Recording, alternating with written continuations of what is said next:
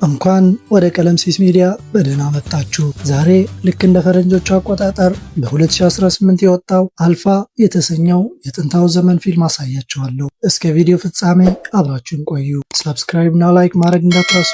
እናመሰግናለን። ከ20 ሺህ ዓመታት በፊት በቅድመ አውሮፓ ታሪክ በታዎ የሚመራው ትንሽ የአዳኞች ቡድን በበረሃ የሚኖሩ የዱር በሬዎችን ለማጥቃት ይዘጋጃሉ። በሬዎቹ ከገደል ላይ እንዲዘሉ የሚያደርግ የጦር አጥር ቢሰሩም ጥቂቶቹ ግን ወደ ኋላ ይቀራሉ። አንዱ በሬ ደግሞ የታዎ ልጅ የሆነው ኬዳን ያሳድደዋል። በቀንዱ በጭካኔ ካጠቃ በኋላ ወደ ገደል ዳርቻ ይጎትተዋል። ታዎ አውሬውን በጦር ቢመታውም ኬዳ ወደ ገደሉ ጥልቅ ውስጥ ይወድቃል። ይህ ሁሉ የሚጀምረው ከአንድ ሳምንታት በፊት ነው። የጎሳው ወጣቶች የጦር አሰራር ችሎታቸው በሚፈተንበት ወቅት ነበር። ፈተናውን ያለፉት ኬዳና ጓደኛው ካፓ ብቻ በመሆናቸው ክረምት ከመግባቱ በፊት ወደሚደረገው የመጨረሻ የአደን ጉዞ እንዲሄዱ ተደረገ። ለአቅመ አዳም መድረሳቸው ለማብሰር በሚደረገው ስነስርዓት አካል ህመም በጉዞአቸው ሁሉ አብራቸው እንደሚሆን እንዲማሩ በሌሎች ወንዶች ይደበደባሉ። እንዲሁም በእሳቱ ዳር በአጥቢያው ጠንቋይ ይባረካሉ። ቆይቶም ኬዳ ተኝቶ በመምሰል አባቱ ታዎ እና እናቱ ሮ ሲያወሩ ይሰማል።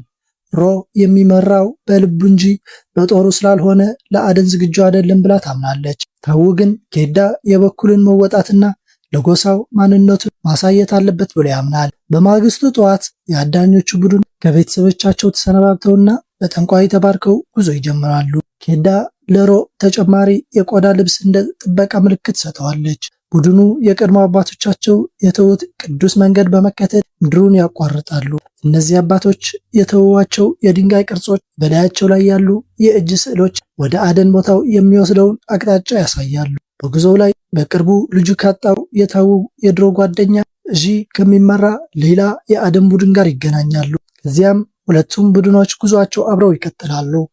ኬዳ አባቱን ለማስደሰት ቢሞክርም እሳት ማያያዝ ሆነ ሌሎች የያዙትን አውሬ መግደል አይችልም። በዚህም የተነሳ እንደ ተሸናፊ ይሰማዋል። አንድ ምሽት እሳቱ ዳር እየተመገቡ ሳለ ከኋላቸው ድምፅ ይሰማሉ። ወዲያውኑ ራሳቸው ለመከላከል ዝግጁ ቢሆኑም ምንም ነገር ባለመምጣቱ ዘና ይላሉ። ይህም ስህተት ነበር። ድንገት የአንበሳ ዝርያ ዘለ በመውጣት ካፓን ነጥቆ ይወስደዋል። በማግስቱ ጠዋት ወንዶቹ ለካፓ መታሰቢያ የሚሆነው የድንጋይ ክምር ይሰራሉ። ይህም የሟቹ ነፍስ ወደሚቀጥለው ዓለም መሸጋገሯን ያመለክታል። ጉዞው ለአደንና ለእረፍት ብቻ እየቆመ ይቀጥላል። አንድ ምሽት ለማደሪያ የሚሆን ትልቅ ዋሻ ሲያገኙ ታዎ ኬዳ እንደሱ የከዋክብት ንቅሳት እንዲነቀስ ያደርገዋል። በዚህም ሁልጊዜ ወደ ቤቱ የሚያመለክትበት መንገድ ማግኘት ይችላል። ከብዙ ቀናት በኋላ የዱር በሬዎችን ፋንድያ በመከተል መንጋው ያገኟቸዋል። ይህም ታሪኩ ወደ መጀመሪያው ትዕይንት ይመልሰናል። ኬዳ ከገደሉ ሊወድቅ ሻከራው የገደል ዳርቻ ለመያዝ ቢሞክርም አምልጦት በሌላ ጠርዝ ላይ ያርፋል። እዚያም እግሩ ተሰብሮ ራሱን ይስታል። ታዎ ልጁን ለማዳን ወደ ታች ለመውረድ ቢሞክርም ባልደረቦቹ ግን ጊዜው እንዳረፈደ በመግለጽ ይከለክሉታል። ወንዶቹ የበሬዎች ስጋ ለመጫን ሲዘጋጁ ታዎ ግን በገደል ዳርቻ ቆሞ በሐዘን ያለቅሳል። አደኑ እኩል ከተከፋፈለ በኋላ የዢ ቡድን ወደ ቤታቸው ይመለሳሉ። የታዎ ቡድንም መሪው ለመሄድ እስኪስማማ ድረስ አንድ የመጨረሻ ምሽት እዚያው ያድራሉ። በማግስቱ ጠዋት ታዎ የሐዘን እንባ እየፈሰሰበት ሌላ የመታሰቢያ ድንጋይ ይከምራል። ቡድኑ ከሄደ ከሰዓታት በኋላ አንድ ጥብ አንሳ ኬዳን ለመብላት ያርፍበታል። በዚህ ጊዜ ኬዳ ይነቃል። የአዋፉን አንገት አንቆ ካራቀ በኋላ ያለበት ሁኔታ ይገነዘባል። የተሰበረ እግሩ የጎተተ ወደ ታች ለመውረድ ቢሞክርም የሚይዘው በቂ ወጣ ገባ ድንጋይ ስለሌለ ለረዥምና ለአሰቃቂ ጊዜ ተንጠልጥሎ ይቆያል። ብዙም ሳይቆይ አውሎ ንፋስ መጥቶ ከታች ያለውን መሬት በጎርፍ ማጥለቅለቅ ይጀምራል። በዚህ ጊዜ ኬዳ ማድረግ ያለበትን ተረድቶ የጨበጠውን የድንጋይ ጠርዝ ይለቀዋል። ውሃ ውስጥ አርፎም እንደገና ራሱን ይስታል። በማግስቱ ጧት ሲነቃ ዝናቡ ቆሞ ጎርፉም ደርቀዋል። በአቅራቢያው ካሉ የውሃ ጉድጓዶች ከጠጣና የተጎዳ እግሩን በጨርቅና በእንጨት ካሰረ በኋላ ኬዳ ቀስ እያለ ወደ ገደሉ አናት ይመለሳል። እዚያም አባቱ የተወለትን የመታሰቢያ የድንጋይ ክምር ያገኛል። ነገር ግን ብቻውን እንደቀረና ወደ ቤቱ የሚመለስበትን መንገድ በራሱ መፈለግ እንዳለበት ሲረዳ በንዴት ድንጋዩን ይመታዋል። ኬዳ ብቻውን ጉዞ ይጀምራል። ትናንሽ ነፍሳትን እየበላ የውሃ መያዣውን ባገኘ የውሃ ጉድጓድ ሁሉ እየሞላ እናም ከአዳኝ አራዊት ለመራቅ ማታ ማታ ዛፍ ላይ እየወጣ ይተኛል። አንድ ቀን የተኩላዎች መንጋ ሲያገኙት ኬዳ ወደ ዛፍ ላይ ይሮጣል። አንደኛው ተኩላ እግሩን ሲይዘው በጩቤው ወግቶ ወደ ዛፍ አናት ላይ ይወጣል። ተኩላዎቹ መጠበቅ ስልችቷቸው እስኪሄዱ ድረስ ዛፉ ላይ ይቆያል። ነገር ግን ኬዳ የወጋው ተኩላ ብቻውን ወደ ኋላ ይቀራል። ኬዳ ሊገድለው ጦሩን ቢያዘጋጅም ልቡ ስላልፈቀደለት ችላ ብሎት ለመሄድ ይሞክራል። ነገር ግን የተኩላውን የህመም ድምፅ ሲሰማ አላስቻለውም። በጣም አሳዘነው። ኬዳ ሊረዳው ይወስናል። እንዳይነክሰውም አፉን በገመድ ካሰረ በኋላ ተኩላውን ተሸክሞ ቁስሉን ለማጠብ ወደ ሐይቅ ይወስደዋል። በሚያሳዝን ሁኔታ በአቅራቢያው ጅቦች ስላሉ እዚያ ለረጅም ጊዜ ማረፍ አልቻሉም። ስለዚህ ተኩላውን እንደገና ተሸክሞ በሰላም የሚተኙበት ዋሻ እስኪያገኝ ድረስ ይጓዛል። በማግስቱ ጠዋት ኬዳ ከአጥንቶች አጠገብ ድንጋይ አግኝቶ ለተሰበረ እግሩ የሚሆን የመድኃኒት ቅጠል ይወጣል። በዚህም መሃል ተኩላው አፉ ላይ የታሰረውን ገመድ መፍታት ይጀምራል። እንስሳው ምንም አይነት ጥቃት እንደማይሰነዝርበት ሲረዳ ኬዳ ውሃውን ያካፍለዋል። ተኩላው ከብዙ ማስፈራራት በኋላ በመጨረሻ ውሃውን ይጠጣል። ኬዳ እናቱ የሰጠችውን ቆዳ በመጠቀም የተኩላውን ቁስል እስከ ማጽዳትና ያገኘው ትሎችን ማካፈል ይደርሳል። ነገር ግን ትል ብቻ ሆድ አይሞላም። ስለዚህ ኬዳ በመጨረሻ ለመጀመሪያ ጊዜ ለማደን ይደፍራል። ጥንቸልን በድንጋይ ገድሎ እሳት በማያያዝ ይጠብሰዋል። ተኩላው ጥንቸልን ለመንጠቅ ቢሞክርም ኬዳ አባቱ ያስተማረውን የመሪነት ትምህርት በማስታወስ ወዲያውኑ ወደኋላ ገፍትሮት እሱን መጀመሪያ በልቶ በመጨረስና ለተኩላው ተረፍ ምርት በመስጠት የበላይነቱ ያረጋግጣል። ኬዳ ምንም ያህል ምግብ ቢያካፍለውም ተኩላው ግን እንዲነካው አይፈቅድለትም ነበር። ክረምቱ እየቀረበ ነው። በረዶ መዝነብ ከመጀመሩ በፊት ኬዳ ቤቱ ማግኘት አለበት። ያለ አባቱ እርዳታ ይሳካለታል ብሎ ባያስብም መሞከር ግን ነበረበት።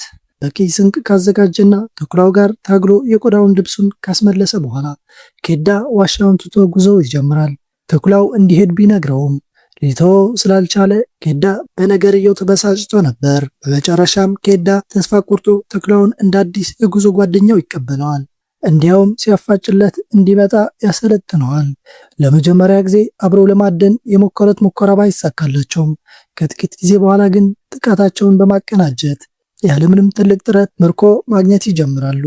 ማታ ማታ ኬዳ በእጁ ላይ ያለውን የከዋክብት ንቅሳትን በመጠቀም በትክክለኛው አቅጣጫ መጓዛቸው ያረጋግጣሉ። እዚህ ደርሳችሁ ከሆነ ሰብስክራይብ ማድረጋችሁ እርግጠኛ ሆኖ።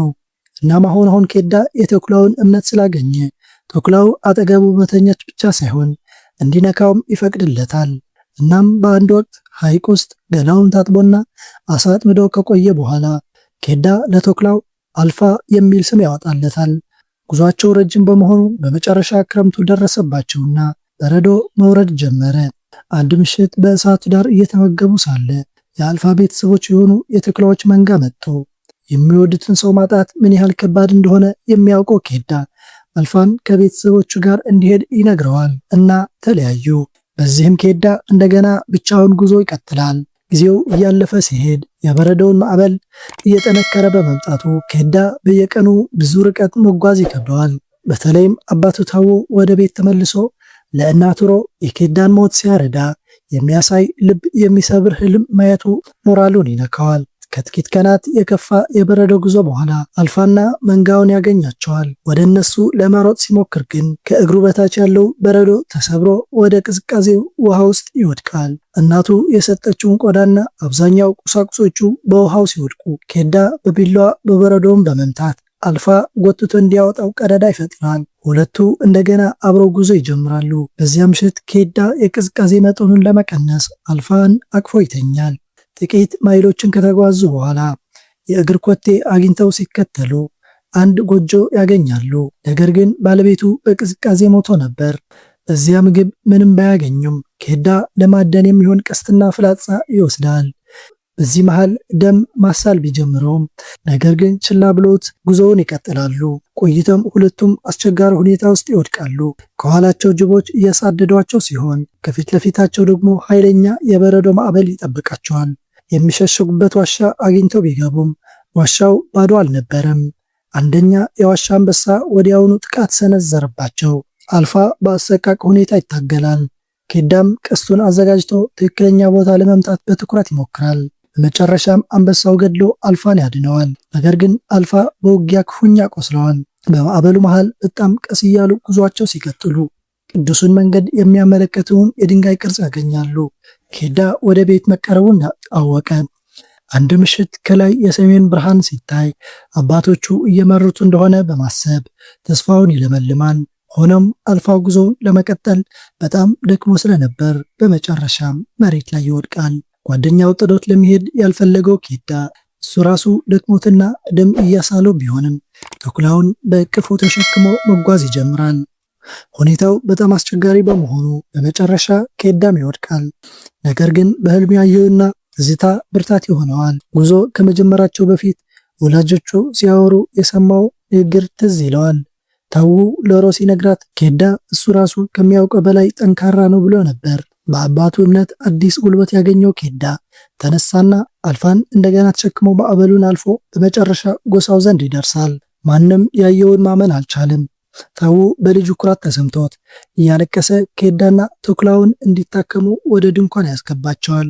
ኬዳ ከታከመና ምግብ ከበላ በኋላ ጠንቋዩ አልፋን ይመረምረዋል። ወዲያውኑ ችግሩ ምን እንደሆነ ይረዳል። አልፋ በእርግጥ ሴት ነበረች። እናም ልትወልድ ተቃርባ ነበር። እናም ግልግሎቿ በሰላም ተወለዱ። ጎሳው እንደ ቤተሰብ አባል ተቀበላቸው።